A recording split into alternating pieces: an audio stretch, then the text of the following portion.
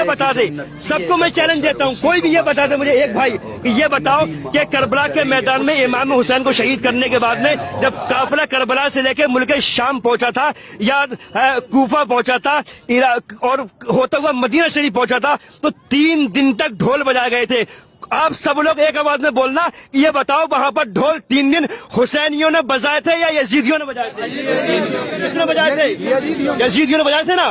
سب اس بات کو مانتے, جو اس بات کو نہیں مانے صاحب وہ مسلمان ہو ہی نہیں سکتا. یزیدیوں نے ڈھول بجائے تھے. اب جب قافلہ امام حسین کا صاحب لٹا ہوا ملک شام پہنچا یزید کے دربار میں, زینب یزید کے سامنے موجود ہے. یزید نے کیا کہا تھا زینب سے, اے زینب اللہ کا شکر ہے کہ صاحب اللہ نے ہمیں کامیابی دی ہے. یزید اس وقت مطلب وہ بھی اسلام کا ماننے والا تھا, وہ بھی قرآن کی نالج رکھنے والا تھا, قرآن کا حافظ تھا یزید. یزید نے کیا بولا زینب سے, زینب اللہ کا شکر ہے کہ اللہ نے ہمیں کامیابی دی ہے, اللہ نے ہمیں فتح دی ہے. اس فتح کی خوشی کے موقع پر ہم نے جو جنگ جیتی ہے اس موقع پر ہم اعلان کرتے ہیں پورے شہر کے اندر میلہ لگایا جائے اور ہر گھر سے عورت بچے بوڑھے جوان سارے کے سارے اس میلے میں جاؤ, خرید و فروخت کرو. سب کو یہ کرنا پڑے گا. سارے کے سارے لوگ گئے, میلہ لگایا, خرید و فروخت کی. اب مجھے آپ اپنے دل پہ ہاتھ رکھ کے یہ بتاؤ, اگر باقی آقا حسین سے محبت ہے تو یہ بتاؤ کہ وہاں جو میلہ لگایا تھا وہ حسینیوں نے لگایا تھا یزیدیوں نے لگایا تھا؟ یزیدیوں نے لگایا تھا نا میلہ. تو میلہ لگانا کس کا طریقہ ہے, حسینیوں کا یزیدیوں کا؟ یزیدیوں کا. تو میلے کے اندر حسین کے گھر والے گئے تھے یا پھر یزیدیوں کے چاہنے والے گئے تھے؟ یزیدیوں کے چاہنے والے گئے تھے میلے کے اندر خرید و فروخت کرنے کے لیے. اچھا حسین والے جاتے ہی کیوں؟ جب حسین والوں نے سنا نا کہ امام حسین کو شہید کر دیا گیا, لوگ خون کے آنسو رو رہے تھے, خون کے آنسو, خون کے آنسو. زینب نے کہا تھا یزید تو شاید قرآن کی اس آیت کو بھول گیا ہے, میرا رب ارشاد فرماتا ہے وَتُعِزُّ مَن تَشَاءُ وَتُذِلُّ مَن تَشَاءُ بِيَدِكَ الْخَيْرُ إِنَّكَ عَلَى كُلِّ شَيْءٍ قَدِيرٌ. اللہ جسے چاہتا ہے عزت دیتا ہے, جسے چاہتا ہے ذلت دیتا ہے. اے یزید تو گواہ رہنا, جب تیری نسلیں آئیں گی یا تیرے چاہنے والے دنیا میں آئیں گے تو وہ اس بات کی گواہی دیں گے کہ تیرا نام لینے والا دنیا میں کوئی نہ ہوگا.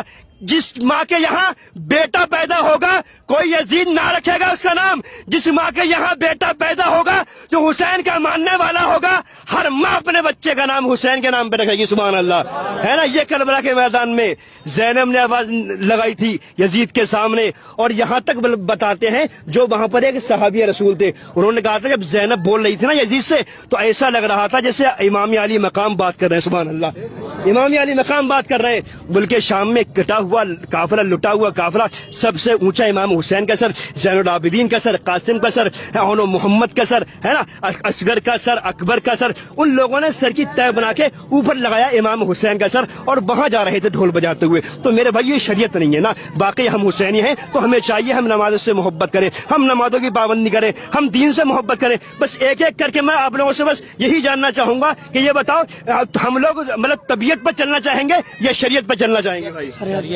شریعت پہ جانا چاہیں گے نا. اور کربلا کے میدان میں کیا امام حسین نماز کو چھوڑا تھا؟ نہیں چھوڑا تھا نا, نہیں چھوڑا تھا. کیا پیغام دیا تھا آخری وقت کربلا کے میدان میں امام حسین نے؟ دین پہ آنچ نہیں آنی چاہیے. سوچے تو صحیح. اچھا ہمارا جب کوئی بچہ ہوتا ہے نا 6 مہینے کا, اور اگر ماں کی دودھ نہ ملنے کی وجہ سے جب وہ روتا ہے تو ماں تڑپ جاتی ہے. ہم کہتے ہیں اپنی بیوی سے جلدی کر دودھ پلا بچے کو, بیوی جاتی دودھ پلانے کے لیے. اب سوچے صحیح, جب حلق پر تیر اصغر کے پڑا ہوگا تو کیا وہ نظارہ ہوگا, کیسا لگا ہوگا امام حسین کو, کتنے تڑپے ہوں گے امام اصغر. ظالموں کو کوئی پرواہ نہیں تھی, انہیں بس جیتنا تھا, انہیں یہ دکھانا تھا کہ صاحب ہمیں جیتنا ہے. اچھا امام حسین آئے بھی کیوں تھے کربلا کے میدان میں؟ ارے 72 22 ہزار کوئی مقابلہ ہوتا ہے؟ 72 اور 22 ہزار کوئی مقابلہ نہیں ہوتا ہے.